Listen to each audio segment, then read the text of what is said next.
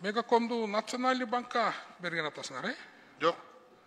Жоқ, программа киргизип атасыңар да. Ушул боюнчабы сөз? Жоқ.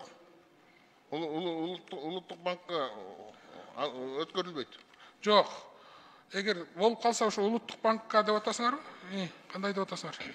Жоқ, балбагдарлык азыркы маалда улуттук банк эмес, мамлекеттик Госбанк развития деп турат, мамлекеттик өнүктүрүү банкы. Ошого өткөрүлүп берет. Бул мамлекеттин үлүшүндө эле калат да, 100%. Бул жерде мына өкмөттүн токтомун даярдап атасыңар да, мен сравнительный таблицада мына. Ошол жерде жазылып турат. Мегаком улуттук банкка Альфа Телеком на залог. Объект будет предложен для продажи на рассмотрение Национальному банку деп турат. Туурабы? Балбакзарлыкович, бул боюнча да мен тактай кетейинчи, фонд госимущества Канат Рыскулов. Бул Нацбанкты киргизип аткан себеби бул биринчиден бул Национальный банктын бүгүнкү күндө уже мамлекеттин компанияларда үлүшү бар компаниялар бар. Ошол эле жана Гепилдик фонду бар. Андан тышкары Керемет банк деген эме компаниялар бар. Мен муну билем. Мага айтпаңыз, мен аларды айткан жокмун сизге. Мен Альфа Телеком боюнча сурап атам. Калгандарын билем, Керемет банкты билем, Баркыны билем, муну. Мен сизге Альфа Телеком боюнча сурап атам. Альфа Телеком Национальный банкка сатылат деген маселе жок. Биякта жазылып турбайбы? Жок, биякта биз право берип атабыз. Нацбанк, чтобы мамлекеттен прямой сатып алганга деген мүмкүнчүлүк берилип атат. Мен каршымын буга. Балбагдарлыкович, уруксат болсо. Бул мен жана айтып кетпедимби? 2022 жылдын ноябрында бекитилген министрлер комитети тарабынан бекитилген токтом негизинде киргизилип атат да программачы бияка. Андан кийин бул мамлекетке пайда алып келип аткан Мегакомду эмнеге саткан атасың? Жок, сатылбайт. Эмне муну программа приватизацияга киргизип атасыңар? Программа приватизацияга киргизүү деген сөз сатууга даярдык деген сөз. Мамлекетке, бюджетке прибыльный болгон Мегакомду алып келип силер сатканга даярдап атасыңар. Эмнеге? Балбагдарлыкович, бул Мегаком өткөн программада да бар болчу. Мен сизге дагы жол сурап атам. Мамлекетке пайда алып келген Мегакомду сатканга эмне даярдап атасыңар деп атам. Приватизация программасына киргизип. Эмнеге? Андан башка толтура бар, мындай неэффективный мамлекетке пайда алып келбеген сата бергиле. А Мегаком пайда алып келип атпайбы? Улуттук да бул, улуттук. Жалгыз кыргыздын оператору Мегаком. Ушуну да даярдап бирөөнө берген атасыздар. Не кереги бар? Ким түшүндүрүп берет? Мына мен азыр депутат добуш берем, мага түшүндүрүп бергилечи. Эмнеге? Балбагдарлыкович, бул программа киргизишинин негизги себеби болуп, бунун акциялары фондовый рынокко чыгыш керек да. Андан кийин силер фондовый рынокко чыгыш керек деп великий кочевник тап келгенсиңер. Кана. Мен уят болгом ошондо колдопчу. Азыр мамлекетке прибыль алып келип аткан Мегакомду сатканга даярдап приватизацияга алып кирип атасыздар. Урматтуу туугандар, урматтуу депутаттар, Мегакомдун тышында колдойм, бирок Мегаком менен бул мыйзамды колдобойм. Силерди да муну колдобогонго чакырам. Өткөндө айтканбыз муну алып коюп келгиле деп. Болбойт деми, түшүндүрүп бериңиз, эмнеге? Түшүнөйүн. Нацбанкка бербейт экен Марлен Абдрахманович булар. Булар сатканга даярдап атышат башкага. Каршы чыгалы, урматтуу депутаттар, каршы бололу. Прибыль алып келе турган Мегакомду зачем эмнеге сатасыңар? Балбагдарлыкович, бул Мегаком мамлекеттик өнүктүрүү банкына өткөрүлөт деген максатта иштейт. Алмазбек Акынжанович, мына силердин берген кагазыңар. Мына, бул жерде жазылып турат. Улуттук банкка сунуш кылынат. Анан жок, улуттук банкка эмес деп атат. Ичара бир кеңешип келбейсиңерби андачы? Мен каршымын. Урматтуу депутаттар, пожалуйста, жакшы карасаңыздар.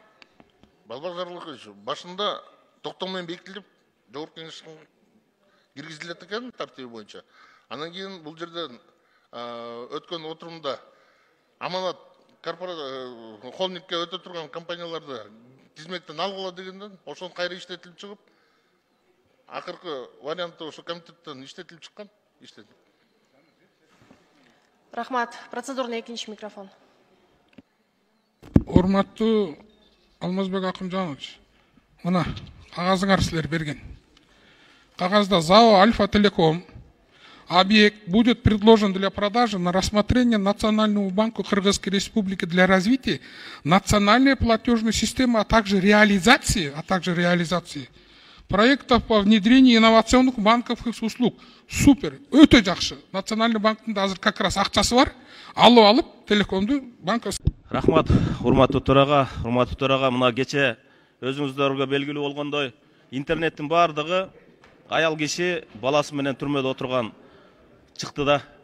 Ушуну эми бир адилеттүү чечип берип, ушу аял кишини мамлекет жактан болсо да ушу карызын бир караштырып берип, Алмаз Акымжанович, ушуга бир райымдык кылып берсеңиздер. Себеби эми аял кишини бизде ар дайым сыйлап келген, эми адашпаган адам жок. Ошого ушу маселени чечип берсеңиздер. Анан кийин урматтуу төрага, бир Алмаз Акымжанович, бир ушу маселени да бир карап чечип коюшубуз керек болуп атат. Эң негизги маселе бүгүнкү күнү биздеги пробка. Жумуштан кийин жумушка келип аткандагы. Ушу маселени бир жөн жайына койсок жакшы болот эле. Мына кортеждерди элдер жумушка келелекке чейин келсек, же болбосо элдер жумуштан 6-дан чыгып кеткенден кийин бир 8-ден кийин бизден үстүдөгү адамдарыбыз жолду гаишниктер менен тозбой, ушу маселени бир чечип бербейли бир оң жагына. Эми көпчүлүк эл машина жылбай калып атат. Ушу кортеж маселесин да бир жакшы бир жолго коюп бериңиздер. Эртараак анан кечинде мындай кыла тургандай кылыпчы. А то мына жумуштан кийин жүрүш проспект Мирада болбой калды. Бардык жолдор жабык. Рахмат. Очередь деп системаны коюшкан. Бирок азыр акыркы күндөрү миңдеген адамдар очередте турушат. Алды 1 ай, 1,5 айга чейин электрондук очередти күтүп, акыркы күндөрү уже электрондук очередке дагы кире албай турушат. Ошол эле Тышкы иштер министрлигинин жана ошондой эле Кытай эл республикасынын посольствосунда иштеген биздин кыргыз кызматкерлердин демилгеси мененби, же ошол ортодогу бир 3-4 кишинин кызыкчылыгы менен виза маселеси өтө чоң бир коррупциялык схемаларга түрткү болуп атат. 1,5 айдан бери электрондук очередке ала албагандар, эгерде $1500 бере турган болсо 3 күндүн ичинде, $1000 бере турган болсо 10 күндүн ичинде, 1 жуманын ичинде даярдап берип атышат. Өтө чоң көйгөй болуп атат. Мудамаров Адахан Кимсанбаевичке берилет. Урматтуу кесиптештер, мына азыр Айыл чарба министринин берип аткан суроо жоопторун, өкмөт башчысынын берип аткандарын баарын сактап коюп, ноябрда дагы бир парламенттик угуу кылсак да, бүгүнкү айтылган сөздөрдүн канчалык деңгээлде аткарылды деген анализ кылсак. Себеби өткөн жылы деле дал ушундай көрүнүш болгон. Менин суроом Акылбек Жапаров мырзага. Кече маалымат кетти, Кыргыз министрлер кабинети Конституциянын 44-беренесин Конституциялык сотко кайрылыпсыңар. Пенсия, пособия, жөлөк пулдар боюнча. Эмне максатта кайрылдыңар ага? Ар бир өлкө өзүнүн мүмкүнчүлүгүнө жараса социалдык төлөмдөрдү төлөйт. Ошо боюнча разъяснение берүүнү сурандык Конституциялык соттон. Сиз мындай так жооп бериңизчи. Башта бир мындай бир күчтүү эле жооп берет элеңиз го. Азыр сүйлөсөмбү, сүйлөбөсөмбү, айтсамбы, айтпай эле койсомбу? Мындай тиригирээк болсоңуз. Мен билем, даражаңыз бийик, билем. Бирок мындай так жооп бериңиз. Мен сизден улураакмын, даражам дагы улураакпы. Ошон үчүн мага акыл үйрөтпөй эле койсоңуз. Анда тагыраак жооп бериңиз да, там сүйлөгүңүз келбегенде. Кабинет министров катары өзүбүздүн укугубуз менен колдонуп, Конституциялык сотко ошо статьяны чечмелеп берүүнү суранып кайрылды. Анын эмнесин түшүнбөй атасыңар силер? Биз колубуздан келген гана жардамды бере алабыз. Анда эмне үчүн Конституцияга жазып койдуңар? Анда эмне Конституцияга ошентип жаздыңар? Ошо жазылып атканда мен каршы чыккам. Бирок ошо эркинде формулировка болуп калды. Анда иштебеш керек да. Каршы чыккан позицияга иштебеш керек да. Мен пенсия төлөй албайм, мен пособия төлөй албайм, жөлөк пул төлөй албайм деп айтыш керек да. Адахан Кимсанбаевич, мен төлөй албайм. Кабинет министров төлөйт. Өзүнүн алына жараша, өзүнүн экономикасына жараша. Бүт дүйнө жүзү ошондой. Прожиточный минимум жыл сайын өзгөрүп турат. Туура. Корзина өзгөрүп турат жыл сайын. Туура. Аны кубалап жеткен Америкада жок. Японияга дагы жок бүгүнкү күнү. Ошондуктан эгерде ошондо кызыгандылык кылып, биз анда да 6-чы чагылыштын депутаттары ушул жерде алып атканбыз, ошо формулировкасын чыгарып атканда. Кыскача айтканда, референдумдан алгандан кийин так маалымат болуш үчүн биз өзүбүздүн укугубуз менен колдонуп Конституциялык сотко кайрылдык. Конституциялык сотко кайрылуунун кажети жок. Ал жерде төлө деп турат, бүттү. Анын түшүнүштүн кажети жок. Төлөбөсөк өлөйлүбү эми? Төлөбөсөк өлүп калайлыбы эми? Төлөй албасаңар иштей албайбыз дегиле да. Биз конституцияны аткарбайбыз дегиле да. Биз иштеп атабыз. Ошо конституциянын статьясын так чечмелеп бере турган орган бар. Аны сиз дагы мен да чечмелей албайм. Сиз аны так билесиз. Конституциялык сот гана бере алат. Разъясненияны, толкованияны дагы. 44-чү беренесинде анын түшүндүрмөсүнүн кажети жок, так жазылып турат. Кыргызстанда пенсиялар, жөлөк пулдар, пособиялар эң төмөнкү керектелүүчү куржундан кем болбойт деп турат. Бүт анын эмесин түшүнүксүз.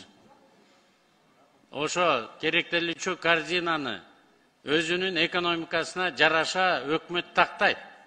Биз ошого жараша Конституциялык сотко кайрылып атабыз.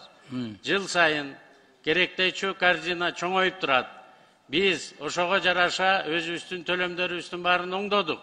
Бирок бүгүнкү күнү экономика ушуну так аткарганга пока күчүбүз жетпей атат. Ошону толук бизге мүмкүнчүлүк бериңиздер, формулировкасын кандай деп түшүнсө болот. Кем эмес болуш керек деп турат. Анда биздин конституция күмөн экен да, туурабы? Ошо статьясынын формулировкасын биз так чечмелеш үчүн Конституциялык сотко кайрылдык. Бир статьясы үчүн. Да кайсы статьялар күмөн?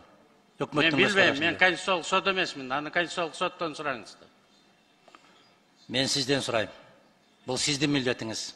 Бул сиздин милдетиңиз ошо конституциянын беренелерин так кыйшайсыз аткаруу, пенсия төлөө. Менин милдетим республикалык бюджетти, законун сиз бекитип бересиз, ошону аткарыш. Жок, кечирип коесуз. Анда милдетиңизди түшүнбөйт экенсиз. Конституцияга сиз дагы ант бергенсиз, мен дагы ант бергем. Ага баарыбыз тең жооп беребиз. Биз ошо конституцияга берген ант менен ушул жерде отурабыз, сизден сурап атабыз. Эмне үчүн аткаруу бийлиги аткара албай атат деп сурап атабыз. А эгер сиздин күмөн санап аткан болсоңуз, 1 жылдан бери эмне үчүн бербедиңиз? Ушуну берип атасыңар, ушул жогорку кеңеште улам-улам маселе көтөрүлгөн сайын берип атасыңар. Эмне үчүн ушу мезгилге чейин бербедиңиз? Эмне үчүн каршы чыкпадыңыз? Биз мурун даярданып келдик, даяр болгондо тапшырдык Конституциялык сотко. Бюджетте ошол 44-чү беренеге жараша коюлганбы акча? Ошого жараша? Ошого аракет кылып атабыз. Ошон үчүн пенсионерлердин айлыктарын баарын биз көтөрдүк. Эң төмөнкү пособиялардын баарын көтөрдүк. Эң төмөнкү керектелүүчү куржун канча азыр бүгүн Кыргызстанда? 6800. Эң төмөнкү пенсия канча? 1200га чейин жетет. Мына көрдүңүзбү? Айырмасы 5000ден ашты. Эмне үчүн ал болгон? Анткени биздин фермерлердин баары 10 сомдон айына төлөп, бүгүнкү күнү азыр 3600 сом алып атат. Аны сиз экөөбүз жакшы билебиз. Фермерлердин жерге болгон салыгын эмне үчүн босотуңар? Пенсия дегенде өкмөт төлөбөйт. Пенсияны алсаны аман киши өзү жакшы иштеп жүргөндө кийин бала чакам мени карабай койсо, мен ошо пенсия менен жашайм деп өзү алдын ала төлөйт. Ал пособия эмес. Пособиялардын баарын биз көтөрдүк. Сиз экөөбүз 2009 жылы жетимдерге 2000 эле сом пособия койгонбуз. 10 жылдан бери эч ким көтөрбөй коюптур. Азыр мына 6000ге көтөрдүк. Быйыл экономикабыз жакшы болсо 10.000ге чейин көтөрөйлү деп атабыз. 2009 жылы бир кабын канча эле? Мен азыр эсимде так жок. Эске сакташ керек. Ошондон улам көтөрүлөт. Керектелүүчү корзина деген. Силер көтөрдүк деп кыйкыра берген менен азыр эле кесиптештер айтты. 5 сомдон турган пиязың 100 сомго чыгып кетти деп. Көтөрөсүңөр, милдеттүүсүңөр, ошону көтөрөбүз деп баргансыңар. Ал жүктү көтөрө албасаңар, көтөрөбүз деген азаматтар турат. Бергиле ошол азаматтарга көтөрүп кетсин ары карай. Мына ушундай бере турган убакытта келет. Ушундай мамиле жасаш керек. Урматтуу кесиптештер, мен өткөндө эле айттым эле, өкмөттүн отчетун берип атканда Конституциянын 44-чү беренесин аткарбагандыгы үчүн гана булар кызматтан кетиш керек деп. Мына азыр арасында бир дагы бир аял зат жок, башка бир кыз келиндер жок. Мыйзамдарды кабыл алып атканда жалаң кыз келиндер отурат. Эмне үчүн? Себеби алар окуйт. Алар сабаттуу. Мына ошол эсебини билип, мыйзамды аткарабыз деген азаматтарды жыйнап келсеңиз бүгүн жакшы болмок экен. Рахмат, башка суроом жок менин. Рахмат.